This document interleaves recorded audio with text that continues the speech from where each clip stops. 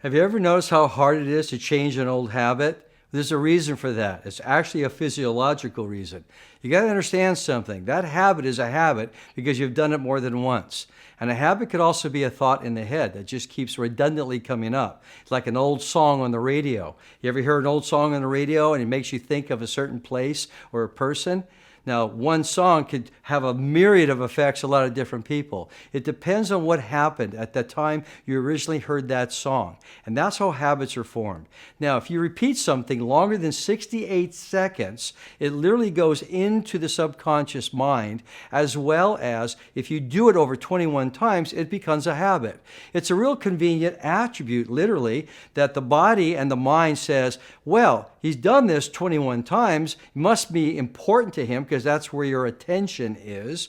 And if your attention is on that, the mind pays attention to it and says, we will just make that into an unconscious pattern called a habit. So you don't have to consciously think about it. But here's the problem. Some of those habits are good. Getting up every morning, brushing your teeth, you don't have to think about it. Get out of the same side of the bed, you don't have to think about it. Have you ever driven to work and realized you don't remember getting there, but somehow you got there? That's the subconscious mind at work. It does it for you. But within that subconscious mind also, there can be some really devastating habits that filter through to the mind and literally trigger that little voice in your head. Why is it so hard? Well, because there's a momentum built up. And that's the key word, momentum. The momentum has gone on for a while, and it takes very little effort to have that thought come forward or the action with it, like picking up a cigarette. I mean, everybody knows if you want to quit smoking, you stop putting cigarettes in your mouth. If you want to lose weight, you watch the kind of food you're putting in your body. Of course, it's logical, but why does it so hard when you actually go to that point in the line and have to cross it and do something new? There's a thing called activation energy. Let me say that again. It's called activation energy. It's the energy it takes to start a new process. Think about a big boulder. A boulder that's already rolling, it takes minimal effort to just touch it, and it's already, the momentum's already going.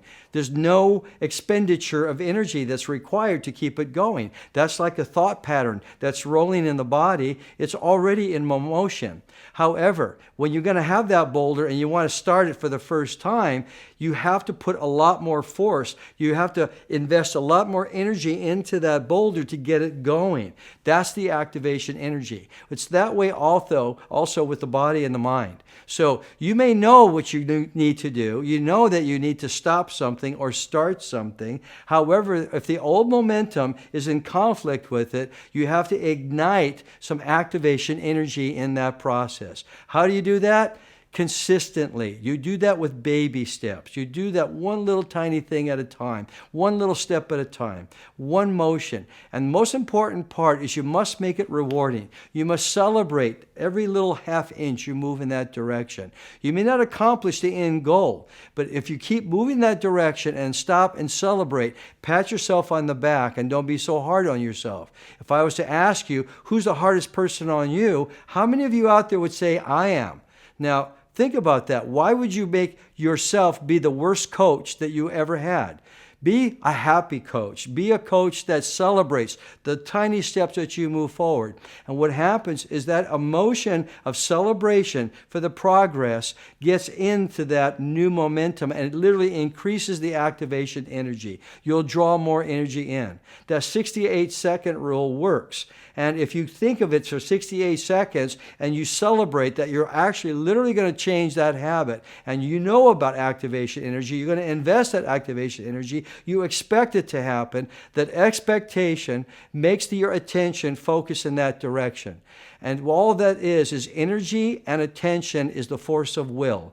All will is, and you talk about willpower, is you take your attention with energy and direct it where you want, and the body will take care of the rest. The last thing I'll tell you is be kind and be patient to yourself. Patience for yourself is key.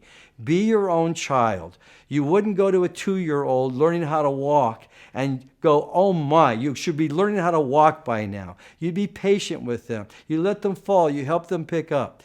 Can you do that for yourself? Can you be patient with yourself? The mere fact that you want to change, celebrate in the wanting to change. And then in baby steps, take the little actions to do that. So remember, you got activation energy. You just have to just drum it up and understand how it works. I hope this helps. Hopefully we'll see you soon at the next Leap of Faith program. Hi, if you got value from that, please like it below. If there's anybody in your life that you feel can also receive the benefit of these videos, share them. I really would appreciate making that contribution to them. If you're on Facebook, please go ahead and consider following us. And on YouTube, subscribe. It's my way of connecting with you to improve the quality of everybody's lives. Thank you.